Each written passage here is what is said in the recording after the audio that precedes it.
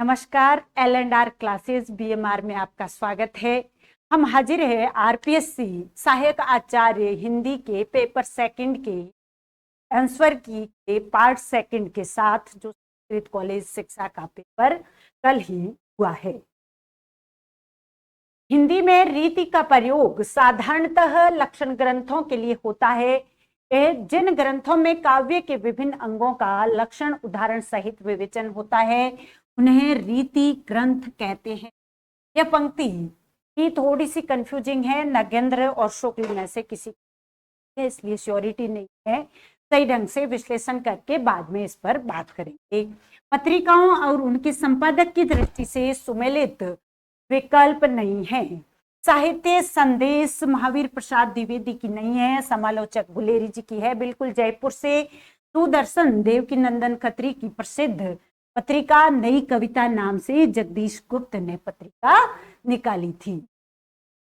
कौन सा संप्रदाय मुख्यतः कृष्ण भक्ति से संबद्ध नहीं है? श्री संप्रदाय राम भक्ति से संबंध है। सीधा संबंध अगर देखें तो श्री संप्रदाय राम भी नहीं, विष्णु जी से जुड़ा हुआ है, विष्णु भगवान से जुड़ा हुआ है श्री संप्रदाय। और श्री संप्रदाय के रामानुजाचार्य रहे हैं। बाद में राम जी आते हैं, विष्णु जी की पूजा अर्चना उस समय होती थी।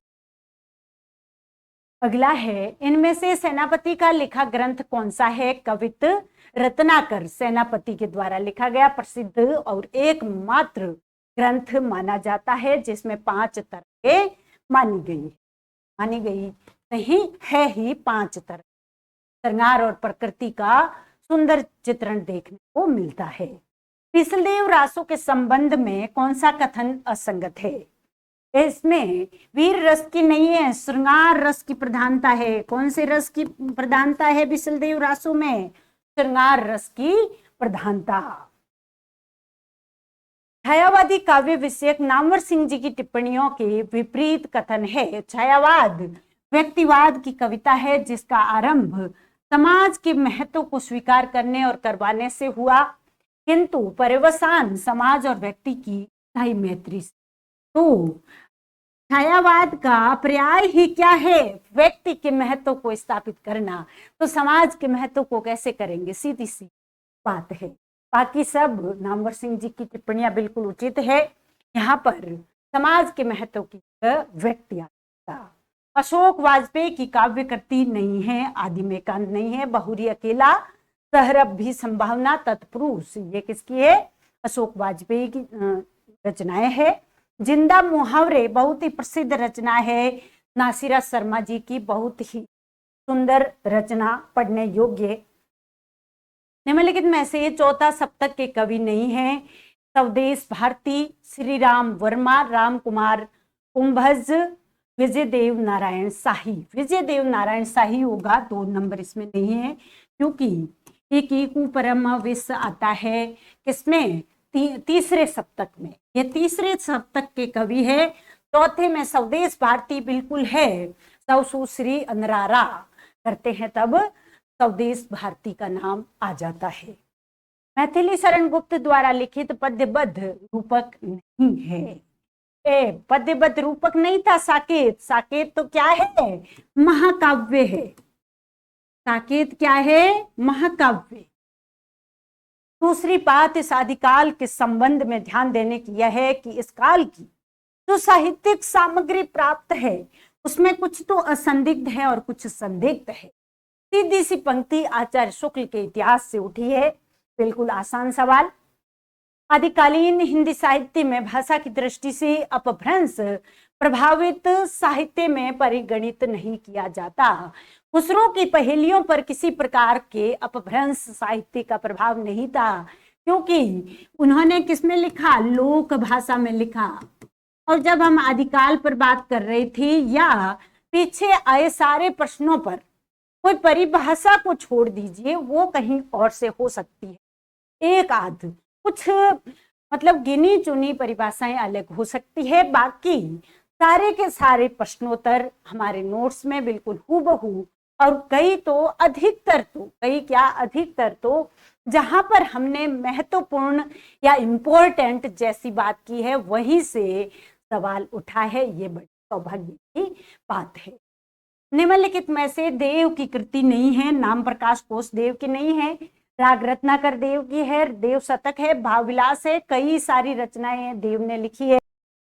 संस्मरणात्मक रेखा चित्र और उनकी रचनाकारों में सुमेलित कौन सी रचना है, अर्थात संगत युग्म कौन सा है। हमेशा ये ध्यान रखना है कि सुमेलित पूछा गया है या असुमेलित क्या पूछा गया है, इस पर ध्यान देना जरूरी है।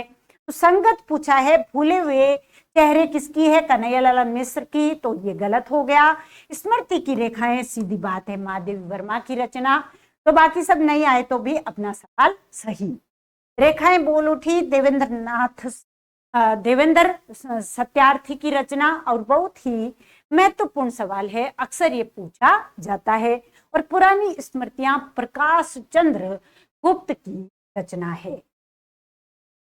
एक तो युग की रुचि ही गंभीर रह गई थी, लोग मीमांसा का नहीं रसिकता का आदर करते थे, इसलिए उनकी दृष्टि संस्कृत के उत्तरकालीन अधोगत साहित्य शास्त्र से ऊपर नहीं जा पाती। दूसरे सबसे बड़ा अभाव गद्य का था, जिसके कारण सूक्ष्म विश्लेषण संभव नहीं था। तो यहाँ पर पूरी तरह से श्योर नहीं हूं कि नगेंद्र का है, इसके विश्लेषण से लग रहा है कि नगेंद्र का है। पुस्तक से देखना पड़ेगा कि ये कथन किसका है, शुक्ल जी हो सकता है, तो इसको अभी देखना है, रहने दीजिए। रचना और रचनाकार की दृष्टि से कौन सा विकल्प सुमेलित नहीं है। मोरी की ईंट कमल भारती की रचना है, मोरी की ईंट। छप्पर जयप्रकाश करदम की बहुत महत्वपूर्ण। काला पहाड़ भगवान दास मोरवाल की। नरक कुंड में वास जगदीश चंद्र। आगे भी जो तैयारी कर रहे हैं उनके लिए ये सवाल बड़े महत्वपूर्ण हैं।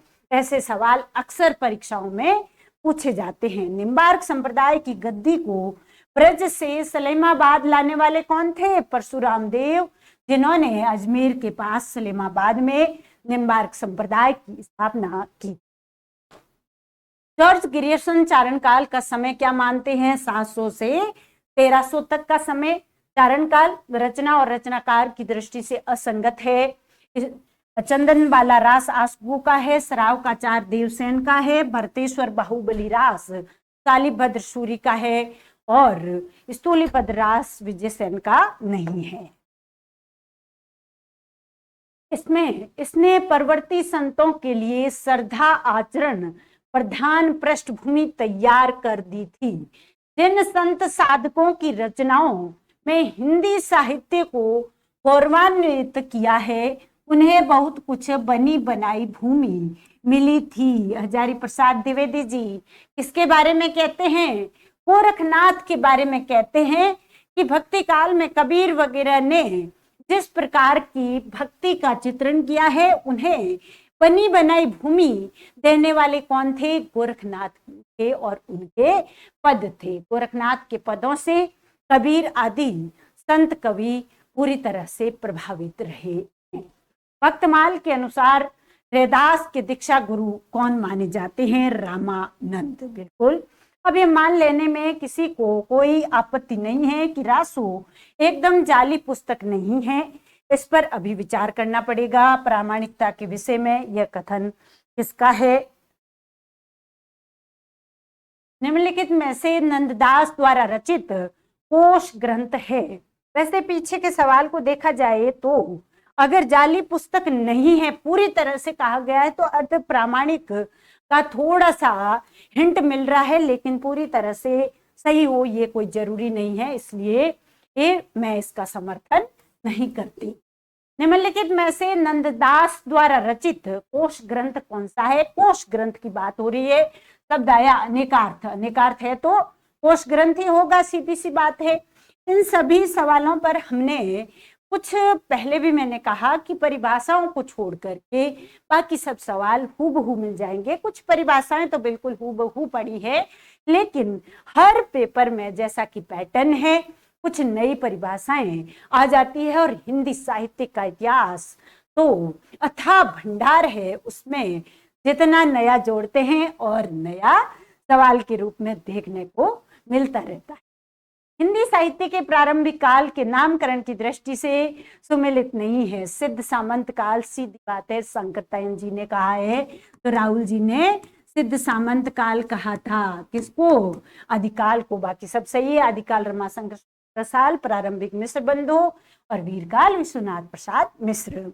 लीलाधर जगुड़ी की कृति नहीं है। संवाद तुमसे विजय देव नारायण शाही की पुस्तक है। संवाद तुमसे बहुत कम लिखा है शाही जी ने और बहुत ही सटीक लिखा है। उसमें से एक है संवाद तुमसे। अनुभव के आकाश में चांद, इस यात्रा में घबराए हुए शब्द, ये सब हमने बड़े ही ध्यान से, लीलाधर जगुड़ी हो, अनुज लुगुन हो, नंद चतुर्वेदी हो, सबको बड़े ध्यान से पढ़ा था। अभी हम बात कर लेते हैं कि हमारा L&R क्लासेस जो है उस पर स्कूल व्याख्याता हिंदी कोर्स उपलब्ध है, उसके साथ सहायक आचार्य हिंदी भी है और अध्यापक द्वितीय श्रेणी के कोर्सेज, उसके साथ कुछ टेस्ट सीरीज उपलब्ध है और बिल्कुल सटीक विश्लेषण और प्रश्नोत्तर सहित और विवरण, पीपीटी सब कुछ उपलब्ध है कोर्स पर। अगर जुड़ना चाहे मोस्ट वेलकम। जितनी सफलता भारतेंदु युग के लेखकों को निबंध रचना में मिली, उतनी कविता और नाटक में नहीं मिली। रामविलास शर्मा ये कहते हैं कि जितनी सफलता भारतेंदु युग के लेखक किसमें पाते हैं? निबंध रचना में पाते हैं। निबंध इनके बड़े श्रेष्ठ कोटि के थे, भले बालकृष्ण भट्ट हो, प्रताप नारायण मिश्र हो, इन सभी ने बड़े सुंदर निबंध लिखे हैं। तो रामविलास शर्मा जी ये कथन कहते हैं। और अगला बड़ा आसान सवाल है, कुसुपक्री, कुसुपक्री, यही बिल्कुल क्रम चलता है, यही क्रम है। सबसे बड़े कुम्मन दास है, फिर सूरदास है, फिर परमानंद दास है और फिर कृष्ण दास है। कुसुपक्री याद किया जा सकता है, कई बार क्रमवार भी पढ़ा जा सकता है। ये चारों किसके शिष्य है? वल्लभाचार्य जी की। ये आश्चर्य की बात है कि तुलसीदास ने जहां लोक प्रचलित और जनता को आकृष्ट करने वाले छंद और काव्य रूपों को राममय करने का प्रयत्न किया, वहां उन्होंने आल्हा या वीर छंद को नहीं बनाया। मेरे दिमाग में शुक्ल जी आ रहे हैं बार बार, लेकिन फिर भी जब तक प्रूफ नहीं है तब तक मैं ये नहीं मानती, तो इसको अभी तक संदेहास्पद स्थिति में रखेंगे। इस पर पुस्तक जलहण हत्ते दे, कौन सी पुस्तक दी थी? पृथ्वीराज रासो जलहण के हाथ में दे करके चंद बरदई पृथ्वीराज के साथ मोहम्मद गोरी के साथ चले गए थे। सिद्धों की सीधी सादी भाषा को भी लोगों ने खींचतानी करके दृष्टकूट बना दिया। लगता तो शंकरतायन जी का कथन है। अब देखते हैं, इन पर और विश्लेषण करेंगे। यात्रा वृत्तांत और रचनाकार की दृष्टि से असंगत है, सीधी बात है। अरे यायावर रहेगा याद और एक बूंद सहसा उछली, दोनों किसके हैं? अगे जी के हैं। एक बूंद सहसा उछली रोम का वर्णन है, रोम की यात्रा की थी, और ये देश के अंदर यात्रा का वर्णन है, देश में ही देश की यात्रा। और विदेश यात्रा किसमें थी? ये रोम वाले में, जो एक बूंद सहसा उछली नाम से लिखा था। शमशेर के संदर्भ में असंगत कथन है। बड़ा ही सुंदर सवाल। ये कहानी और नया साहित्य पत्रिका के संपादक मंडल में रहे थे बाकायदा। यहाँ पर देखिए बिल्कुल उल्टा कर दिया है। ये था कि वस्तु की अपेक्षा रूप विधान के प्रति इनमें अधिक सजगता दिखाई देती। क्या हो गया? इस वजह से ये क्या है? असंगत है। सब सही है। टेक्निक एजरा पाउंड से ली है और ये भी बहुत महत्वपूर्ण है, कई बार पूछा जाता है। और दूसरा सप्तक के है ही है। पत्र साहित्य और संपादक की दृष्टि से तो सारथी द्वारिका प्रसाद मिश्र की बकायदा है। रूपाब बहुत ही प्रसिद्ध पंत की पत्रिका, पंत इससे जुड़े हुए थे। प्रतीक से जुड़े अगे और प्रभा कालूराम की पत्रिका थी, जो खंडवा से निकलती। कहां से? खंडवा से निकलती थी प्रभा पत्रिका। मैथिली शरण गुप्त का उससे लेना देना नहीं था।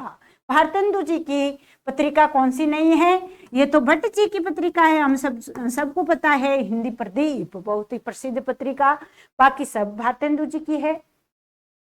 हिंदी साहित्य के संपूर्ण इतिहास को तो नहीं, किंतु उसके किसी एक पक्ष, अंग या काल को नूतन ऐतिहासिक दृष्टि और नई वस्तु प्रदान करने वाले ग्रंथों में परिगणित नहीं होगा।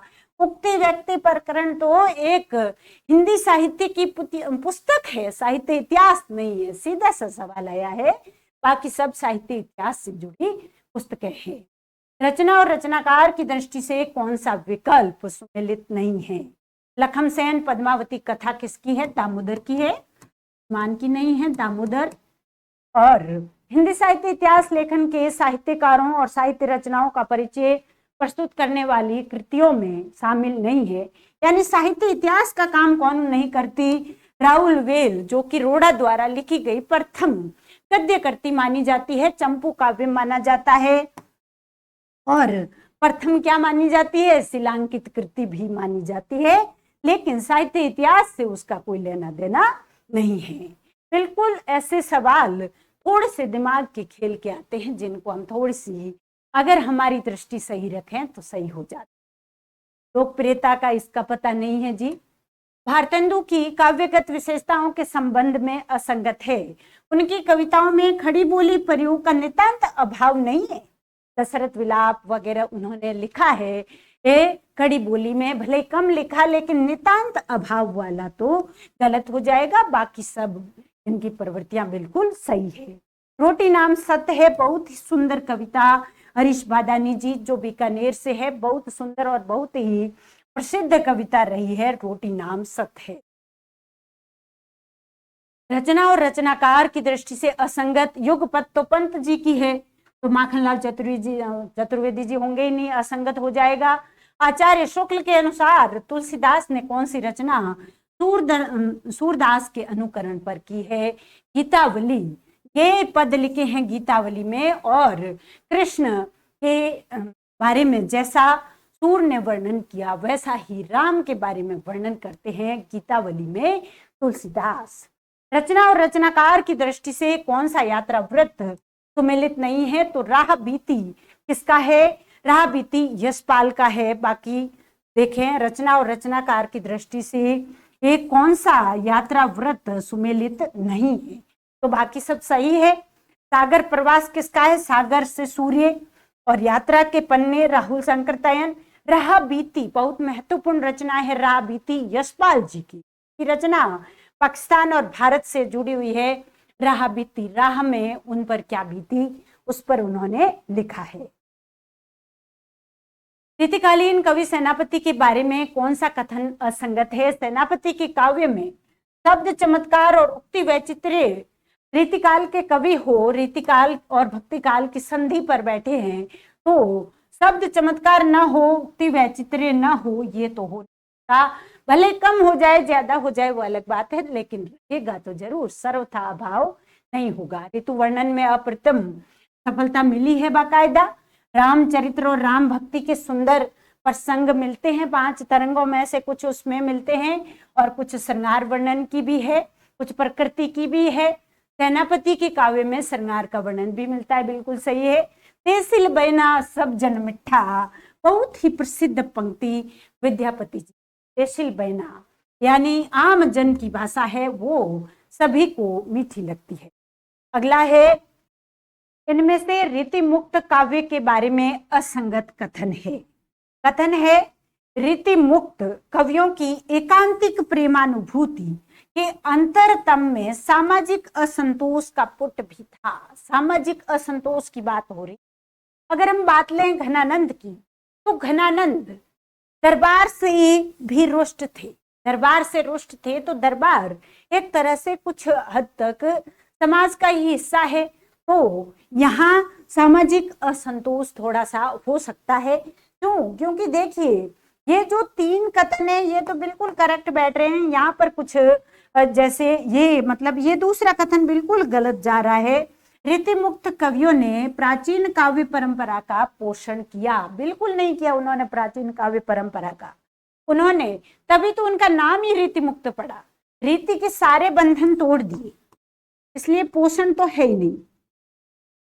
रीति बंधनों से मुक्त, सीधा सा दिमाग का सवाल है और कुछ भी नहीं। रीति के बंधनों से मुक्त थे तो पोषण कैसे करेंगे? इसलिए ये 2 नंबर इसमें बिल्कुल असंगत है। रीतिमुक्त कवियों का प्रेम वर्णन व्याख्या प्रदान है, और रीतिमुक्त कवियों में रीतिबद्ध कवियों जैसी इंद्रिय वासना बिल्कुल नहीं मिलती, तभी तो घनानंद को प्रेम के पीर का कवि कहा जाता है। इस विकल्प में सभी बिंदु परस्पर संबद्ध नहीं है। परशुराम देवाचार्य, नवदा भक्ति सलीमाबाद, नगला राम स्मरण से जुड़ा है लालदास जी का, और कतरियासर जसनाथ जी हवन से जुड़ा, जाम्बू विलोजी अग्नि नृत्य से जुड़े हैं। तो नवधा भक्ति जो है वो परशुराम जी से जुड़ी हुई नहीं है, सलीमाबाद वालों से। कतरियासर जसनाथ जी ये सही है, नगला वाला सही लग रहा है, जाम्बू वाला सही लग रहा है, तो इसमें ये होने की संभावना है। हिंदी प्रदेश में नव जागरण 1857 ईस्वी की स्वाधीनता संग्राम से शुरू। इस स्वाधीनता संग्राम की विशेषता यह है कि सारे देश की एकता को ध्यान में रखकर चलाया गया था। हिंदी नव जागरण के विषय में ये कौन कहते हैं? रामविलास शर्मा कहते हैं। 1857 के स्वाधीनता संग्राम से शुरू। आदिकालीन सिद्धों के संबंध में असंगत है। पहला ही कथन देखिए, महासुखवाद, उन्होंने तो महासुखवाद पर ही बल दिया था, पर बल विरोध तो क्या करेंगे, तो पहला ही असंगत हो गया। बाकी सही है, तंत्र है, थोड़ा बहुत हठ योग भी है, वज्रयान है, पाखंड और आडंबर का विरोध बाकायदा करते हैं, जो कबीर ने भी वहीं से दिया है।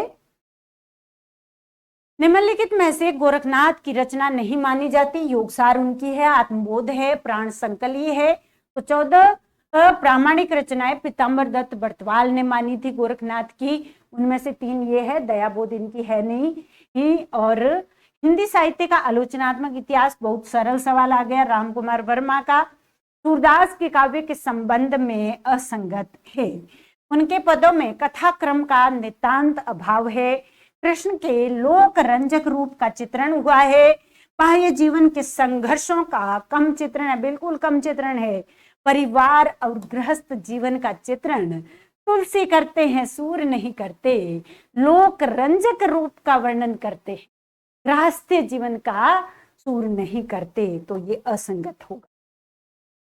अगला है, टूटी हुई रचना और रचनाकार की दृष्टि से कौन सा विकल्प सुमेलित नहीं है? टूटी हुई, बिखरी हुई, शमशेर बहादुर सिंह, अपूर्वा, केदारनाथ अग्रवाल। तुम मेरा मौन हो, नरेश मेहता की। तुम मेरा मौन हो किसकी है? वनपाखी। सुनो तुम मेरा मौन हो, ये सब किसकी है? नरेश मेहता की। और रश्मि रथी तो दिनकर की है। अब हिंदी गद्य के संबंध में आचार्य महावीर प्रसाद द्विवेदी, भाषा परिष्करण में जिनका बहुत अधिक योगदान रहा है, उनकी भाषा नीति के संबंध में कौन सा असंगत है? विषयानुकूल, सरल और प्रभावपूर्ण शैली का प्रयोग करते हैं, तभी तो उनका महत्व है। दूसरा है, उर्दू व अंग्रेजी के प्रचलित शब्दों का अस्वीकार नहीं करते हैं। वे कहते हैं कि केवल प्रचलित शब्दों का प्रयोग करना है, टफ शब्दों का प्रयोग नहीं करना है, जिससे हिंदी भाषा क्लिष्ट हो जाए। शब्द रूपों या प्रयोगों को निश्चित रूप बिल्कुल प्रदान किया, ये तो सबसे बड़ा उनका योगदान था। संस्कृत के सरल तत्सम शब्दों को स्वीकार करते हैं। साधना के पथ पर हरिभाऊ उपाध्याय जी की आत्मकथा है। उनका दंडी का अनुकरण और सबसे अधिक उनका काव्यगत अलंकार मोह सभी यह सिद्ध करते हैं कि वे मूल रूप से श्रृंगार रसिक होते हुए भी अलंकारवादी थे। ये केशवदास के बारे में है। दंडी का अनुकरण कौन करते हैं? केशवदास। भूषण रचित ग्रंथ कौन सा नहीं है? अलंकार पंचाशिका मतिराम की है। निम्नलिखित विकल्पों में से दादू के शिष्य जन गोपाल ने कौन सा लिखा? दादू के जीवन पर क्या लिखा? दादू जन्म लीला पर्ची जन गोपाल ने लिखी है। केशव के संदर्भ में कौन सा असंगत है? सारी मुक्तक है ही नहीं। रामचंद्रिका क्या है? प्रबंध। और भी प्रबंध है, लेकिन एक से ही पता चल जाता है। निम्नलिखित में से रचना व रचनाकार की दृष्टि से सुमेलित नहीं है। फूल नहीं रंग बोलते हैं, बहुत प्रसिद्ध कविता केदारनाथ अग्रवाल की।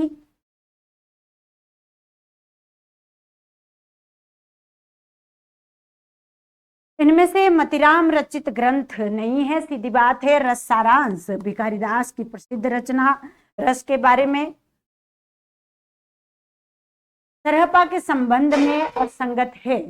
सरपा के संबंध में असंगत है। रचना प्रबंधात्मक है ही नहीं, मुक्तक लिखते हैं। सरपा क्या लिखते हैं?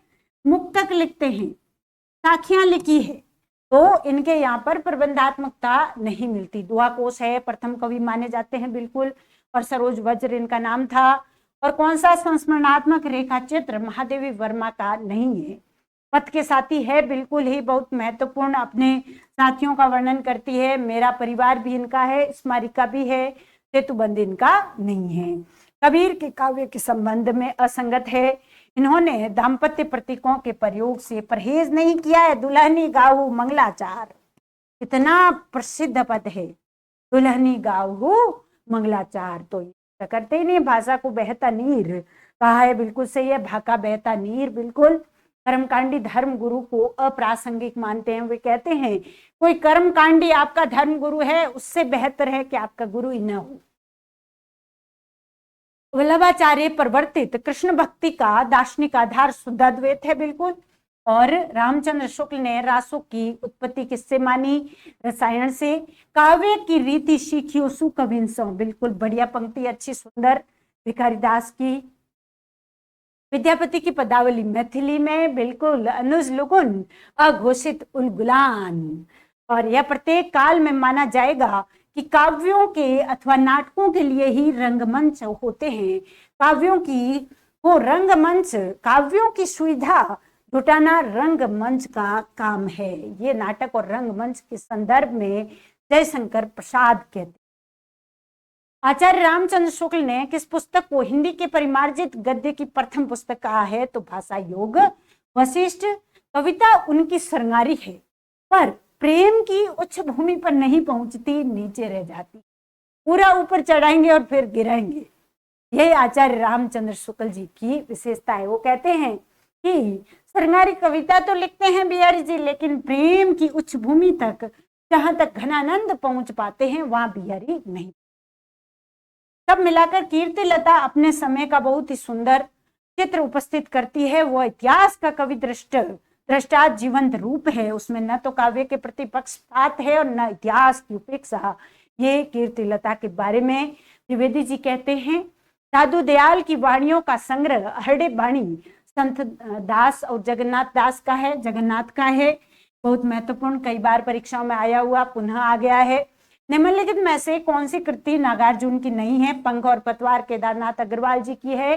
प्यासी पतराई नागार्जुन। सतरंगे पंखों वाली खिचड़ी विप्लव देखा हमने। छायावादोत्तर काल में सुमित्रा नंदन पंत अपनी रचना धर्मिता में निम्नलिखित में से किस दर्शन से प्रभावित थे? अरविंद दर्शन, बिल्कुल। बिहारी ने यद्यपि लक्षण ग्रंथों की रचना नहीं की, परंतु उनके काव्य की प्रवृत्ति सर्वथा ध्वनिवाद के ही अनुकूल थी। तो ध्वनिवाद के परिप्रेक्ष्य में बिहारी का विश्लेषण तो नगेंद्र जी ने बहुत बार किया है, तो यहाँ यह कथन उनका हो सकता है, श्योरिटी नहीं है। सुरेंद्र वर्मा द्वारा लिखित नाटक नहीं है। शुतुरमुर्ग ज्ञानदेव अग्निहोत्री का है। किसका है? ज्ञानदेव अग्निहोत्री का शुतुरमुर्ग। एक धुनी दो शंकुतला की अंगूठी कैद हयात सुरेंद्र के है। भारतेंदु हरिश्चंद्र के रचना काल की दृष्टि से रखकर संवत 1925 से 50 आते ही नई धारा नाम आया है, सीधे आचार्य रामचंद्र शुक्ल।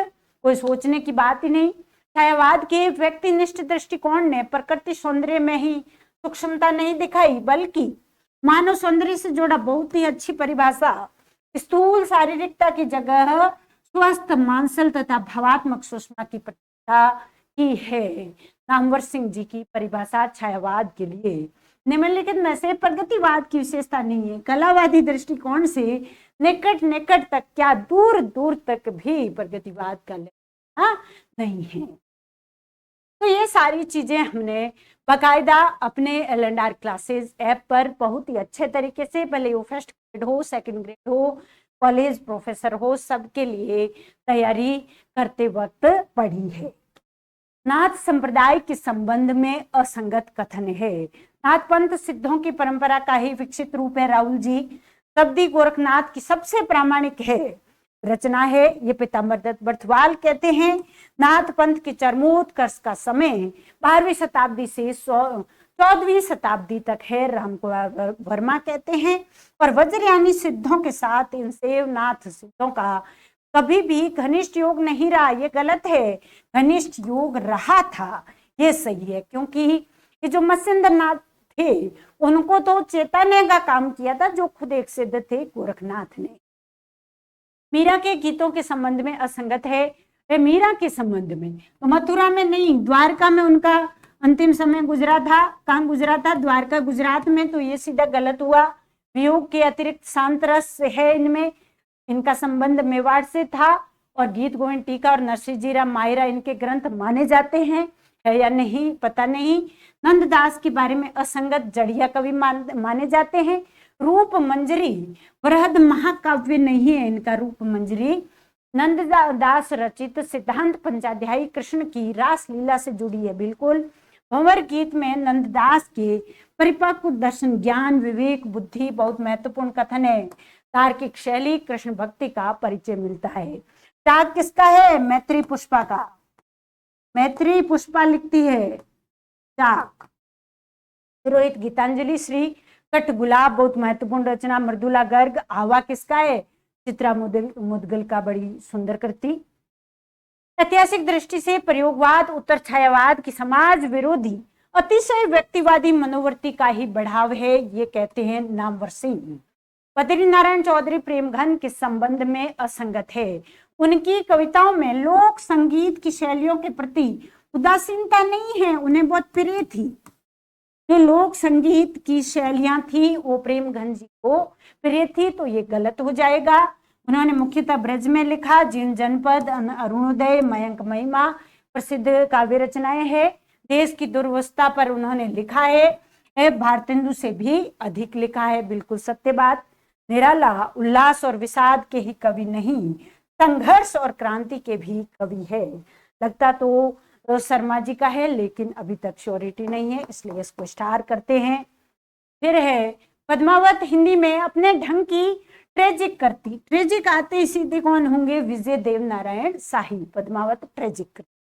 परमाल रासों में श्रृंगार दूर दूर तक नहीं है। वीर रस है और आला और उधल आपको याद आ गए होंगे। आलाखंड कहते हैं। रचयिता जगनिक है। श्याम सुंदर दास ने पाठ निर्धारित किया और नागरी प्रचारिणी सभा से प्रकाशित करवाया।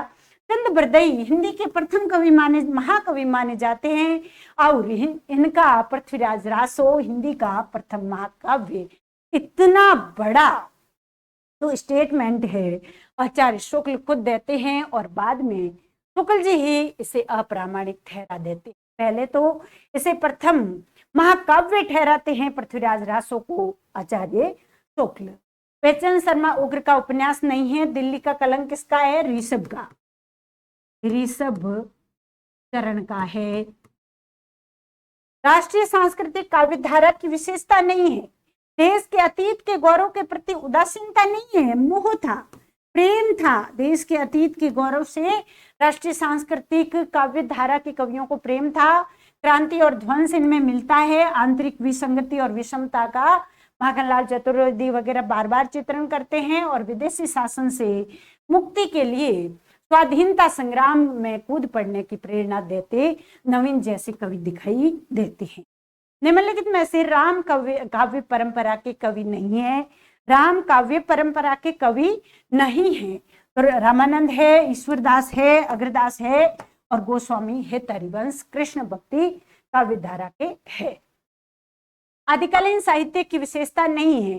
रासो काव्य में कथानक रूढ़ियां बहुत ही बड़ी विशेषता है इनकी। कथानक रूढ़ियां तो इनकी बहुत बड़ी विशेषता है। तो सरलता अभाव तो गलत हो गया। छप्पे तोटक तोमर छंद इसमें है और कथ्य की विविधता के साथ छंद प्रयोग की विविधता भी रही है। इन सारी बातों पर हमने आदिकालीन रासो साहित्य की प्रवृत्तियों पर बात करते हुए ढंग से बात की है। बार बार इन बातों पर, छप्पे तोटक तोमर पर भी बात की है और डिंगल पिंगल शैली का प्रयोग मिलता है वीर रस की रचनाओं में। इस पर भी अक्सर हम बात अपने एल&आर क्लासेज ऐप पर करते हैं। निम्नलिखित में से हिंदी साहित्य के इतिहास लेखन का पहला प्रयास आंख बंद करके हो सकता है गारसाद तासी। भाषा मानो इनके हृदय के साथ जुड़कर वशवर्तिनी हो जाती है।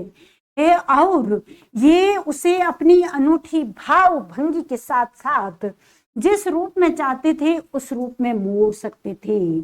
शुक्ल कथन किसके बारे में कह सकते हैं? घनानंद। बानी को सार बखानियो सिंगार, सिंगार को सार किशोर किशोरी। बानी को सार बखानियो सार, बखानियो सिंगार, सिंगार को सार, यानी वाणी के सार को किसने बखाना? श्रृंगार रस ने। और श्रृंगार रस के सार को किसने? किशोर और युवक युवतियों ने। तो श्रृंगार तथा नायक नायिका भेद वर्णन के आग्रह पर बल देने वाली यह काव्य पंक्ति कविदेव की है। हिंदी कहानी के विविध आंदोलन और जुड़े प्रमुख कहानीकारों में संगत नहीं है। नई कहानी में कमलेश्वर थे, मोहन राकेश और राजेंद्र यादव की डिग्री थी बाकायदा। सचेतन में महिप सिंह, कमल जोशी, मधुकर और समांतर कहानी हमारे कमलेश्वर जी की। 1972 में कौन सी पत्रिका? तारिका पत्रिका से इन्होंने समानांतर कहानी का दौर चलाया था और कहानी के पुरोधा गंगा प्रसाद विमल माने जाते हैं।